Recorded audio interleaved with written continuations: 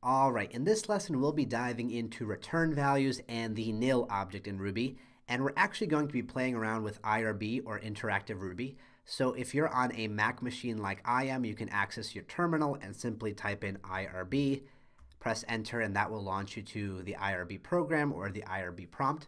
If instead you are on a Windows computer, locate the directory or folder where Ruby is installed, and within it you'll find the similar IRB or interactive Ruby program. Simply click that, double click that, and then it'll launch you to the same prompt, and at that point all of our commands will be the same. So at this point, let's review a couple concepts that we introduced throughout these lessons, as well as just offer a quick review of IRB. So I'll begin by executing two simple commands. I'm just going to write a number like 4 and execute with enter, and then a simple string like hello and execute. So far we've seen these symbols appear here on the left. It sort of looks like a rocket. It's that combination of equals and then the greater than sign. What this indicates is the return value of the evaluation that Ruby just performed, basically the line of code that it just evaluated. So every expression in Ruby returns something.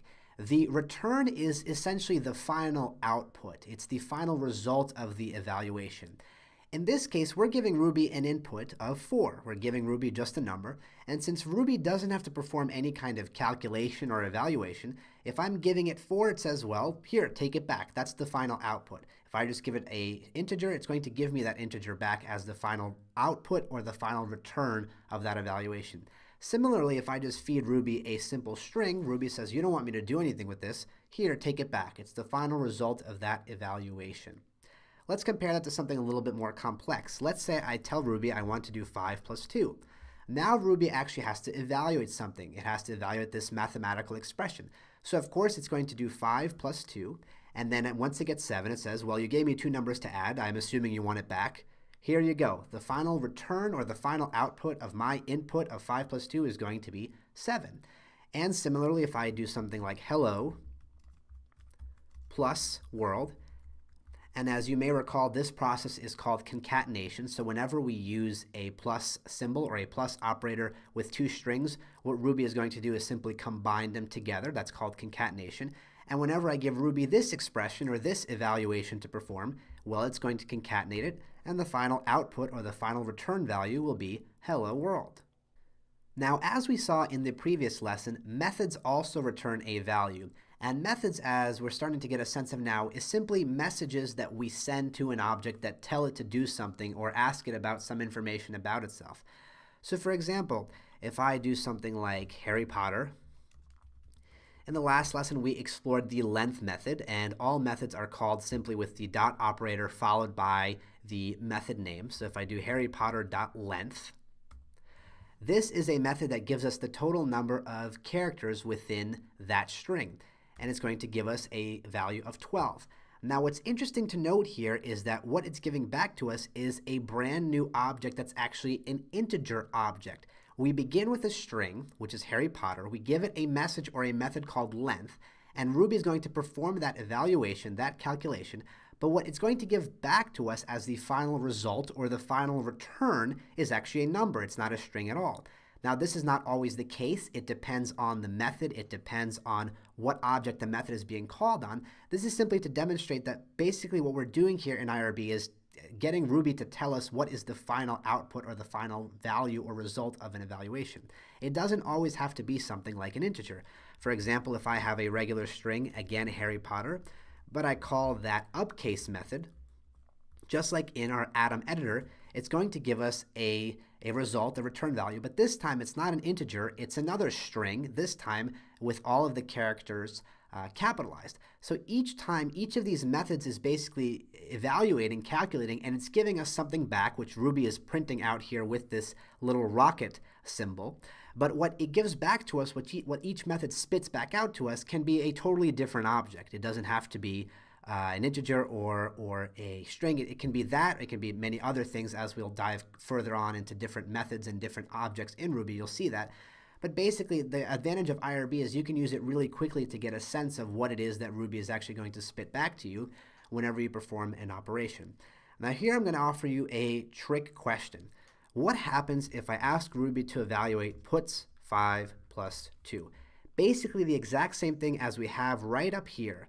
The only difference is instead of just having the evaluation, I've now added the puts command or puts method in front of my evaluation. Let's take a look at what happens. We can see that 7, which is the result, is properly printed out here, but right below we have that familiar rocket symbol, and instead Ruby is writing this bizarre nil word. What does that mean? Well, here's how it works. Whenever Ruby gets something like this, it's going to perform 2 steps. The first step is going to be to calculate this mathematical expression. So 5 plus 2 is going to be 7. At that point, Ruby is given the next command, which is puts 7, the final result of our evaluation. Now, what puts is a method that outputs text or prints text to the screen.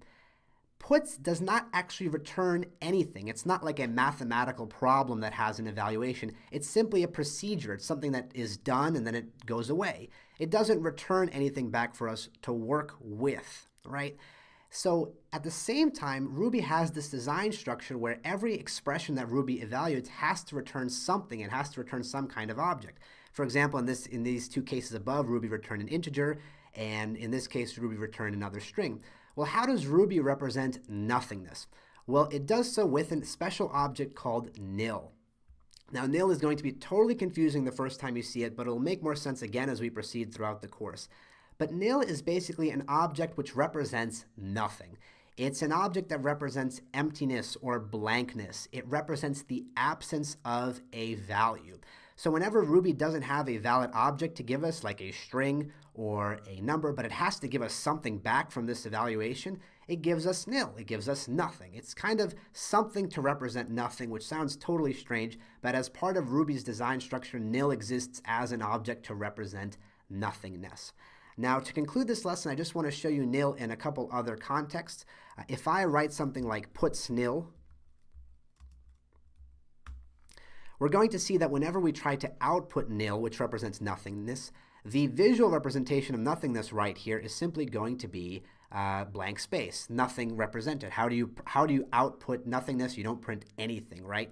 At the same time, whenever we do puts nil, because it is this puts operation, puts by itself is going to return a nil object no matter what it evaluates. So if I do something like puts 5 here or puts hello, you can see even though it's printing each one of these results, here it's technically printing nil even though it's nothing, here it's technically printing 5, here it's technically printing hello.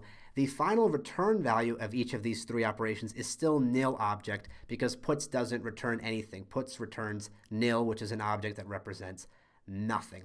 Now the advantage of using p with nil, which is just the alternative, is that Ruby is actually going to write out nil whenever it's actually output. So even though nil is an object that represents nothingness, the p method when used with it is going to provide us a little bit of clarity. So instead of seeing something like a blank space in our program with the puts method, the p method is going to actually show us the word nil in our program, which can be particularly helpful for recognizing that something isn't just blank space, but essentially is the nil object, which again represents nothingness or the absence of a value. A little bit confusing, I know, but as we proceed, you'll see more examples of how nil can be used in programming because there are going to be circumstances where you need something to represent nothing. There's not always going to be a perfect value from an operation. You need something that represents nothingness or the unknown or blankness or emptiness or absence, which is basically what nil is. But this is just a quick introduction to return values and the idea that whenever you evaluate something in Ruby, you're going to get something returned or output back to you. It's the final result. And IRB is a particularly useful resource for getting an instantaneous view of what that return is. You can simply evaluate any kind of thing in here, any valid Ruby code, and whatever you see next to that rocket symbol represents the final return of that operation. So I'll see you in the next lesson.